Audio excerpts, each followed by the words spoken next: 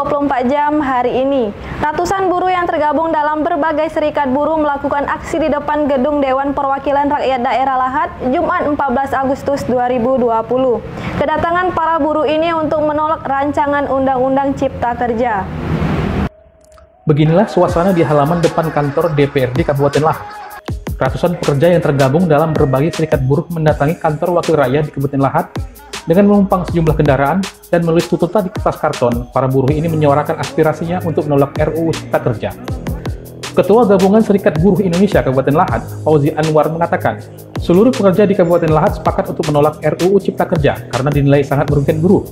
Pihaknya berharap agar tuntutan mereka ditindaklanjuti oleh DPRD Kabupaten Lahat. Pihaknya juga meminta anggota DPRD memanggil para pengusaha atau perusahaan untuk duduk bersama, menyelesaikan dan membahas tentang ketenagakerjaan. Sementara itu, Ketua DPRD Lahat, Fitrizal Khomizi, mengaku sangat merespon aspirasi yang disampaikan para buruh ini. Pihaknya berjanji akan meneruskan tuntutan para buruh di Kabupaten Lahat ke pemerintah pusat melalui DPR RI.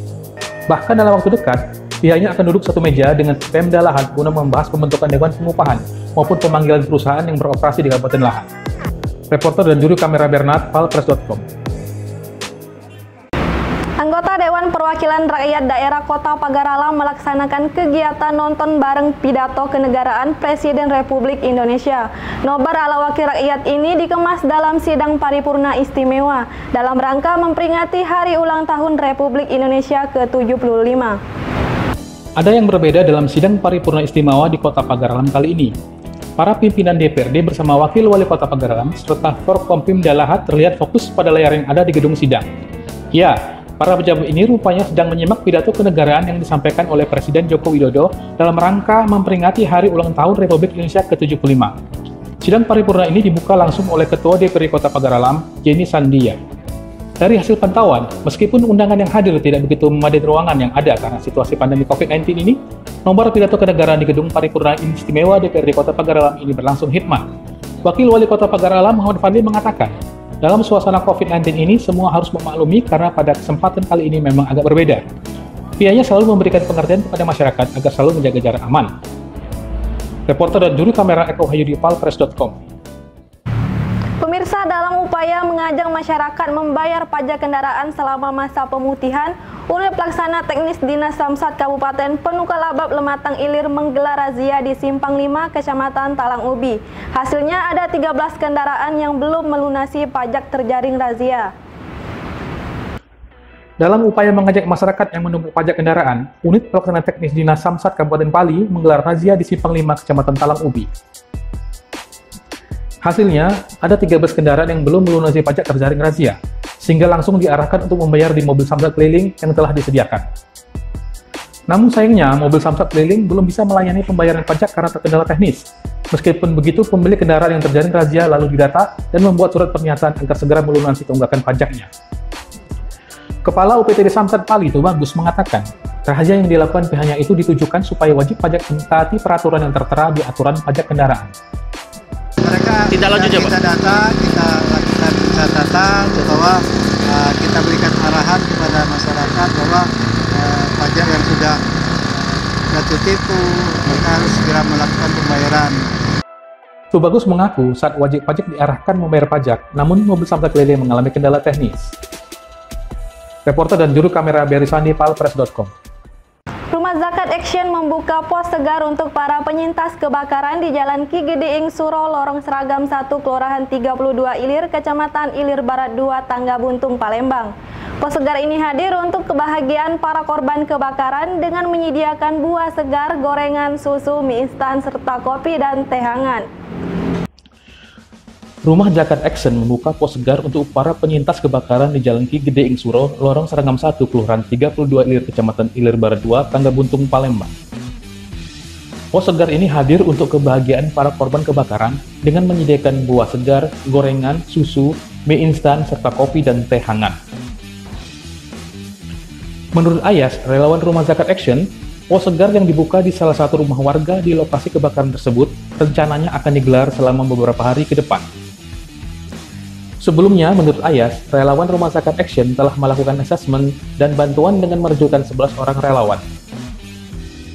Selain pos segar, lanjut Ayas, Rumah Zakat sudah menyalurkan bantuan berupa beras, rendang super kurban, dan kornet super kurban kepada para korban.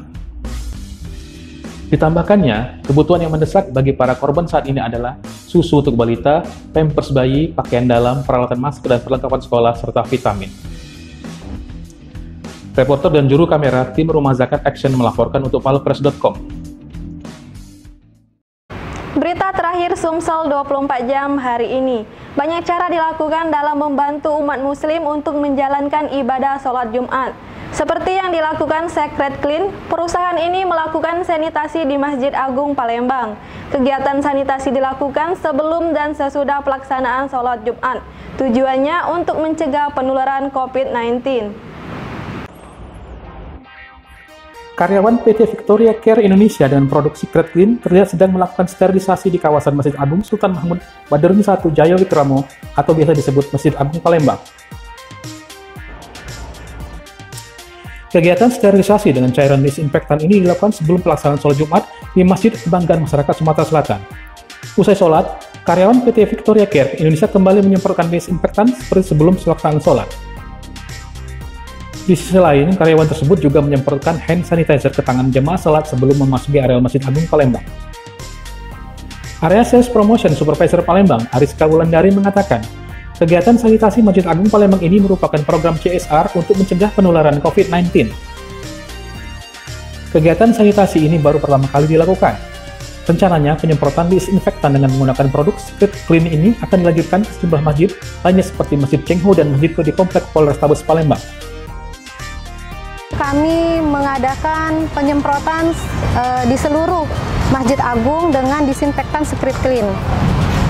Dan juga kami di sini mengadakan untuk membuka mini kios atau booth untuk masyarakat lebih mengenal produk kami, yaitu produk Secret Clean.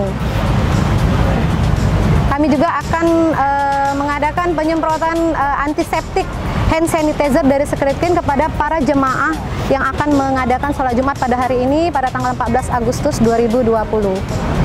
Ya, keunggulan dari produk Secret Clean ini, kalau dari disinfektannya itu kita mengandung klorida 6%, yang kita tidak perlu lagi memakai tambahan air karena kita disemprotkan saja langsung tanpa harus ada tambahan air, dan langsung 99,9% membunuh virus dan bakteri untuk pencegahan COVID-19. Sementara itu, Sekretaris Yayasan Masjid Agung Palembang, Ki Agus Nur Dahli mengatakan, selama new normal, pihaknya sudah membuka kegiatan ibadah dengan menerapkan protokol kesehatan seperti mewajibkan menggunakan masker, cuci tangan, jaga jarak, dan lainnya. Kami mengucapkan terima kasih kepada Secret Clean yang telah membantu untuk penyemprotan desinfektan dan hand sanitizer untuk para jemaah hari Jumat ini pada tanggal 14 Agustus 2020 di Masjid Agung Palembang. Dengan besar harapan kami kepada ini mengucapkan terima kasih juga kepada Secret Clean yang telah membantu untuk penyemprotan area-area Masjid Agung yang tidak terkendali ini kan untuk di luar-luar area. Dan kami mengharapkan juga kepada yang lain juga, kami terbuka untuk memberi sumbangsinya kepada Masjid Agung ini untuk membersihkan masalah untuk disinfektan ini. Reporter dan juru kamera, tim redaksi Sumsel 24 jam. Demikianlah berita Sumsel 24 jam hari ini. Saya Sri Devi, sampai jumpa.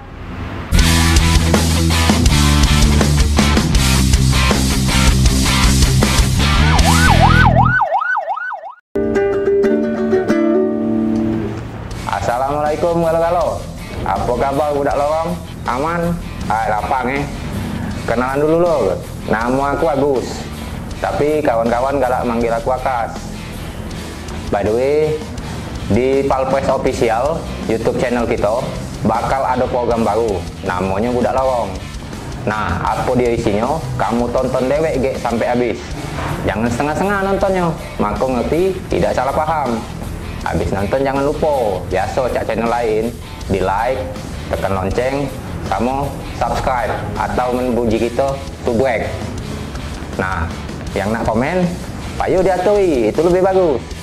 Jangan ribut, jangan belago, ikuti terus channel YouTube kita, Palpress Official.